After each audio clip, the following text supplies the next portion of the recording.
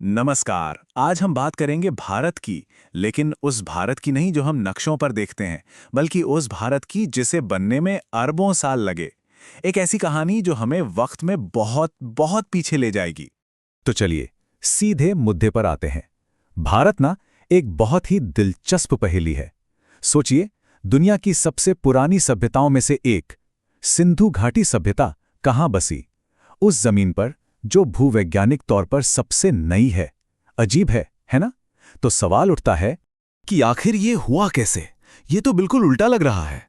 इस गुत्थी को सुलझाने के लिए हमें एक टाइम मशीन में बैठना होगा और उस दौर में जाना होगा जो आज से बिल्कुल अलग था। मतलब डायनासोर से भी पहले के जमाने में। तो हमारी कहानी की शुरुआत होती है भारत के असली सबसे पुराने हिस्से से, यानी प्रायद्वीपीय पठार से। इसे आप भारत की नींव समझ सकते हैं, वो मजबूत चट्टान जिस पर बाकी सब कुछ बना। ये जो दक्षिणी पठार है ना, यही है भारत का असली प्राचीन दिल। जरा कल्पना कीजिए, ये जमीन का टुकड़ा कभी गोंडवाना नाम के एक बहुत बड़े एक सुपर कॉन्टिनेंट का हिस्सा था। एक ऐसा महाद्वीप जिसमें आज का अफ्रीका, साउथ अमेरिका, ऑस्ट्रेलिया और अंटार्कटिका सब एक साथ जुड़े हुए थे। यहाँ टाइम स्केल को समझना थोड़ा मुश्किल है। हम लाखों नहीं बल्कि अरबों साल की बात कर रहे हैं। भारत का ये जो मूल हिस्सा है, ये करीब करीब 3.8 अरब साल पहले बनना शुरू हुआ। मतलब तब जब हमारी पृथ्वी खुद एक नया नया ग्रह थी। इस जमीन ने अपनी आंखों के सामने महाद्वीपों को टूटते और फिर से जुड़ते देखा है।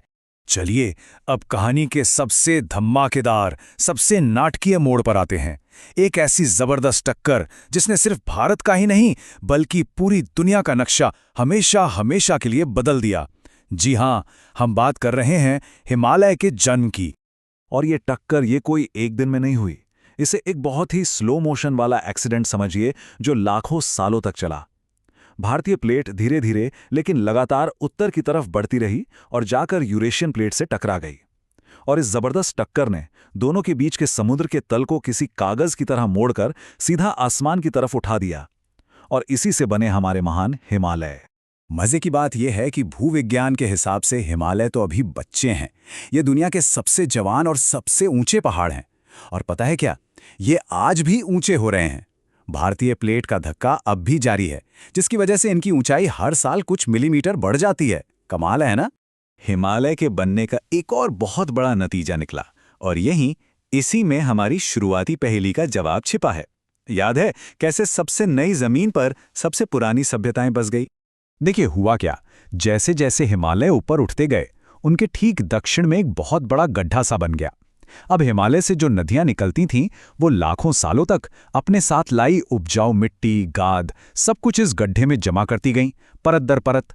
और इसी से बने भारत के विशाल उत्तरी मैदान।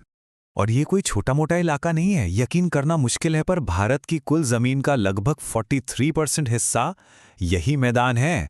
वो मैदान जिन्हें नदियों ने अपनी लाई हुई मिट्टी से बनाया है। तो मिल गया हमारी पहेली का जवाब। भले ही ये जमीन भूवैज्ञानिक नजरिए से बिल्कुल नहीं हो, लेकिन ये इतनी ज्यादा उपजाऊ थी कि खेती और इंसानी बस्तियों के लिए एकदम परफेक्ट थी। और बस इसीलिए सिंधु घाटी जैसी महान सभ्यताएं इसी नई जमीन पर फली फूली। तो ये तो थी भारत के बनने की कहानी। अब सवाल ये है कि इस अनोखे भूगोल का आज की दुनिया में वर्ल्ड मैप पर क्या असर है? जरा इन आंकड़ों पर गौर कीजिए, ये सच में चौंकाने वाले हैं। पूरी दुनिया की जमीन का सिर्फ 2.4% हिस्सा भारत के पास है, लेकिन दुनिया की आबादी का 17.5% से भी ज्यादा हिस्सा यहीं रहता है। ये कैसे मुमकिन है? इसका सीधा सीधा क्रेडिट जाता है उन्हीं उपजाऊ मैदानों को जिनकी हमने अभी बात की। अब भारत के क्लाइमेट की बात करते हैं, जो अपने आप में बड़ा दिलचस्प है।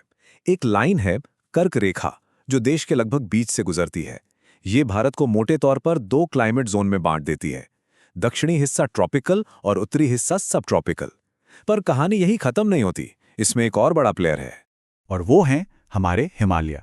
ये पहाड़ सिर्फ ऊंचे नहीं हैं, ये एक विशाल दीवार की तरह काम करते हैं। ये मध्य एशिया से आने वाली बर्फीली हवाओं को भारत में घुसने से रोकते हैं, और दूसरी तरफ ये मानसून की नमी वाली हवाओं को बाहर जाने से रोकते हैं। इसी वजह से भारत का एक खास मानसूनी क्लाइमेट है। तो बात यह है कि भारत की कहानी सिर्फ इतिहास की किताबों में नहीं, बल्कि इसकी चट्टानों, इसके पहाड़ों और इसकी नदियों में लिखी है। अरबों साल पहले शुरू हुआ ये भूवैज्ञानिक सफर आज भी इसी पल भारत की जलवायु को, यहाँ के संसाधनों को और हम सबके जीवन को प्रभावित कर रहा है। ये एक ऐसी कहानी है जो कभी खत्म नहीं होती, जो लगातार लिखी जा रही है।